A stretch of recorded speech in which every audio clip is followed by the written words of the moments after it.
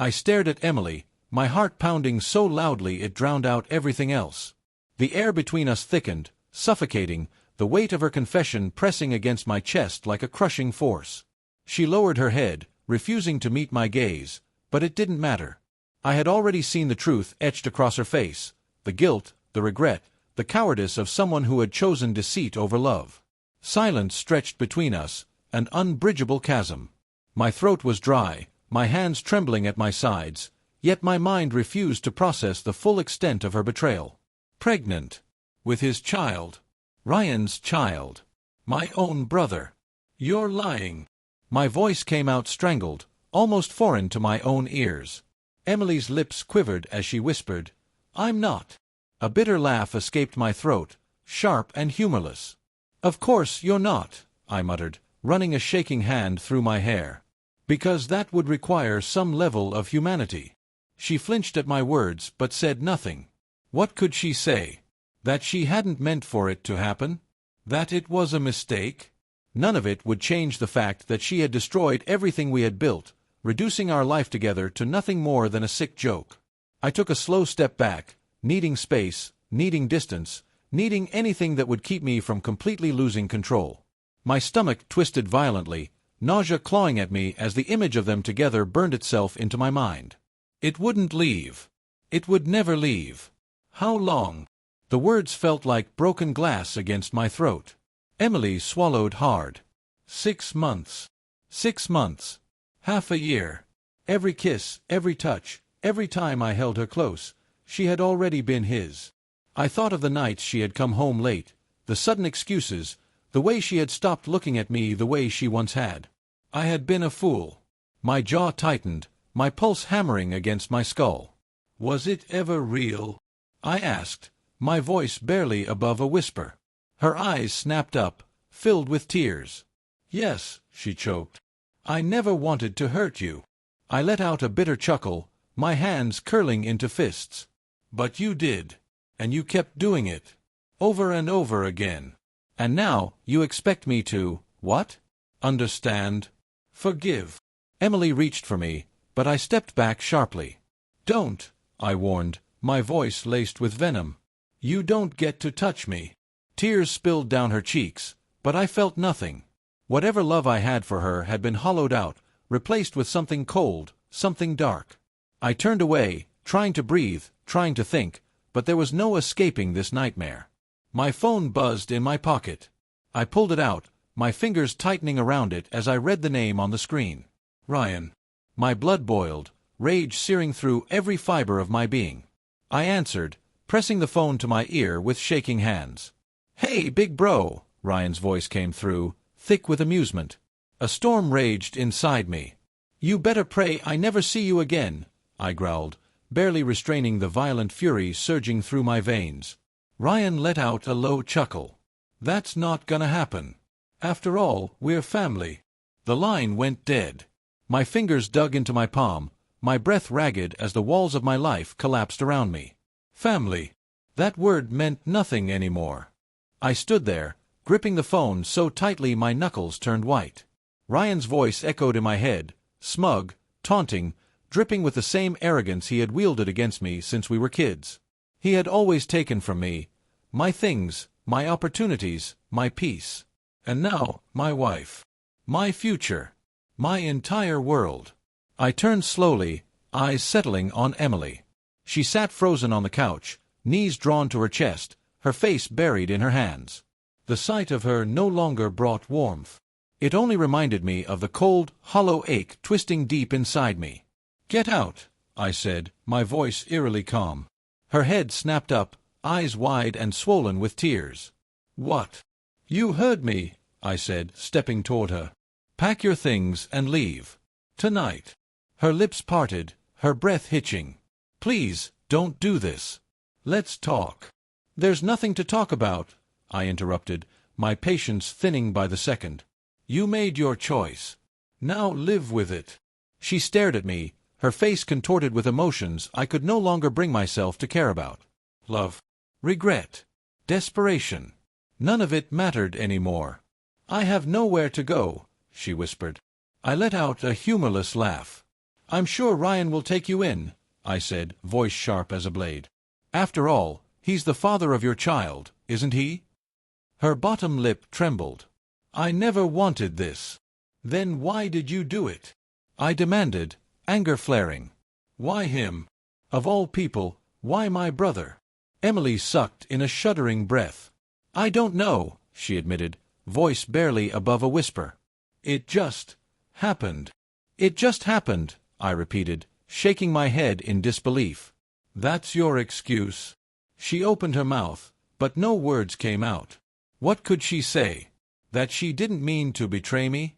That she hadn't planned on shattering everything we had?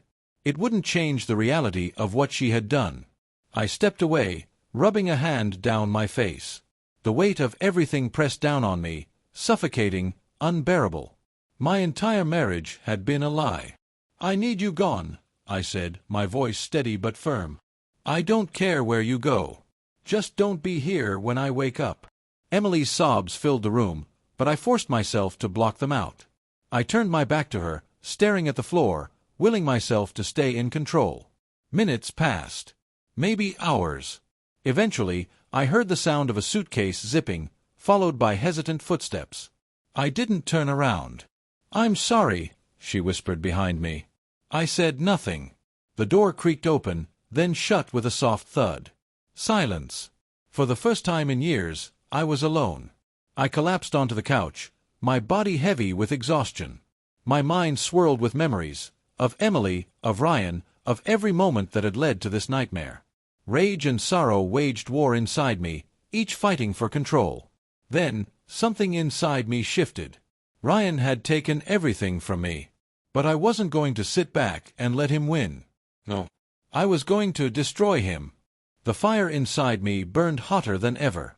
Rage coursed through my veins, fueling every thought, every breath, every ounce of energy left in me. Ryan had spent his entire life taking from me, leaving me in the dust while he stood grinning, proud of his destruction. But this time, he had gone too far. This wasn't a stolen toy, a sabotaged job opportunity, or a cheap insult thrown my way. He had taken my wife. He had taken my future.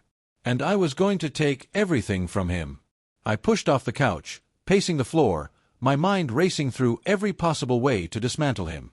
Ryan had always thought himself untouchable, but I knew his weaknesses. His arrogance blinded him, made him reckless.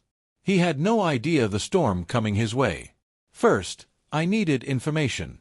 I grabbed my phone, scrolling through old texts, searching for any signs of their betrayal that I had been too blind to notice. And then I found it. A message from Emily, sent weeks ago, buried under dozens of conversations. I can't keep doing this. It's wrong. He doesn't deserve this. Ryan's reply came seconds later. Relax.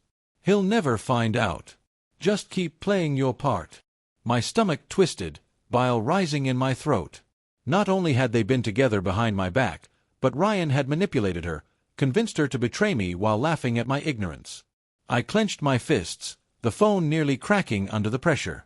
This wasn't just about Emily anymore. This was about every time Ryan had stepped on me, every time he had pushed me down and expected me to stay there. But not this time. I opened my laptop, fingers flying over the keys as I dug into Ryan's life. He had spent years crafting a perfect image, successful businessman, devoted son, the golden child who could do no wrong. But I knew better. I knew about the gambling debts, the offshore accounts, the skeletons he had carefully hidden in his closet. It didn't take long to find what I needed. A few calls. A few messages to the right people. By the end of the night, I had everything in place. Ryan was about to lose his job, his money, and the respect he craved so desperately. But I wasn't done yet. I needed to see him. To watch as the world he had built crumbled around him. I grabbed my keys and drove, the city lights blurring past me. My hands tightened around the wheel as I pulled up to his house, a sleek, modern structure, cold and soulless, just like him. I didn't bother knocking. I pushed the door open, stepping inside.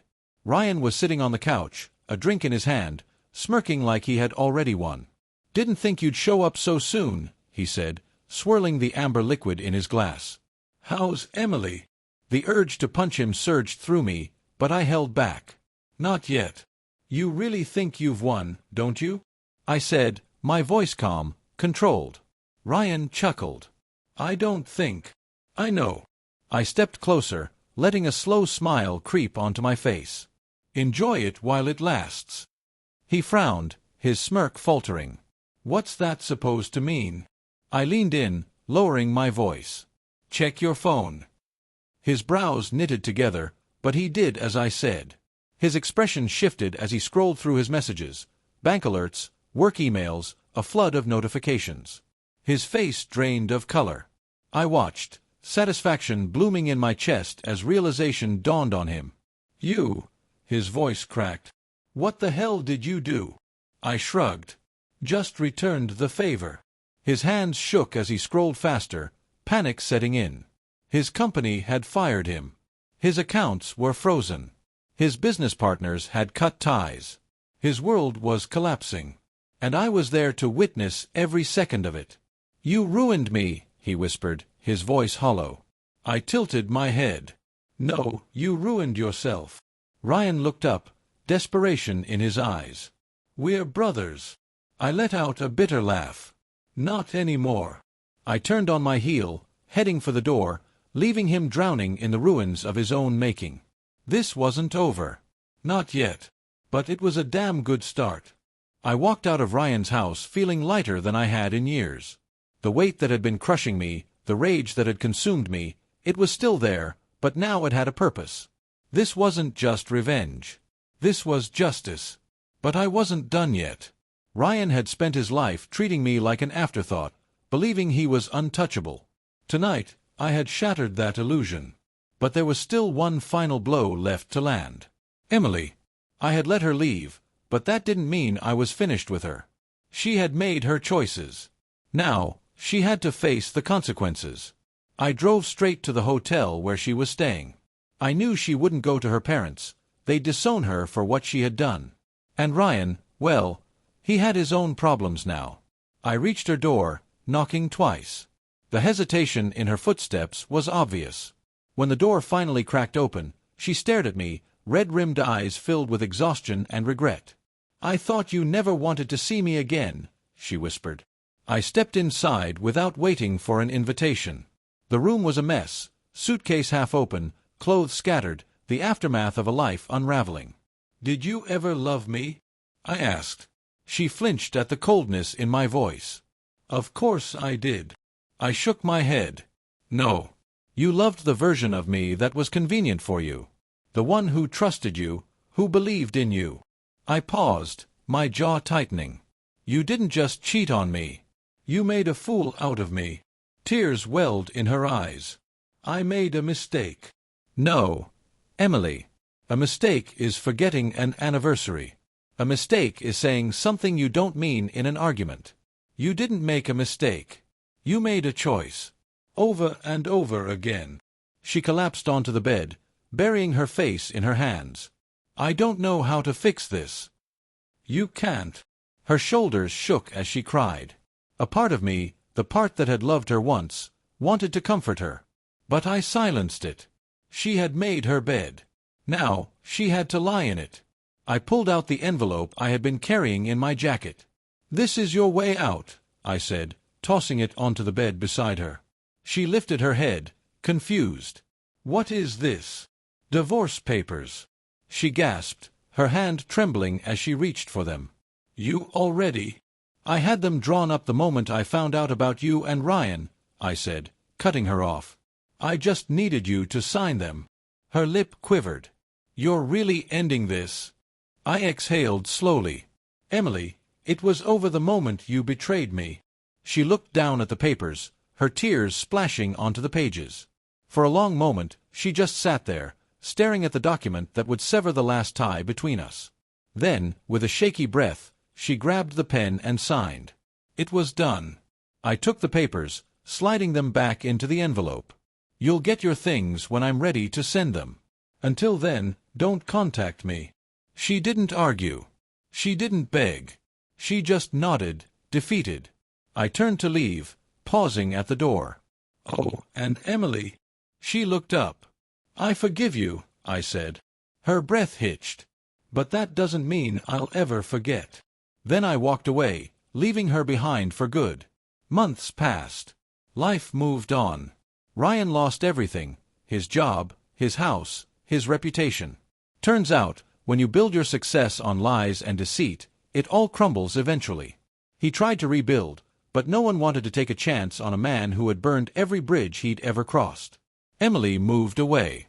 I heard she had the baby, but I didn't ask questions.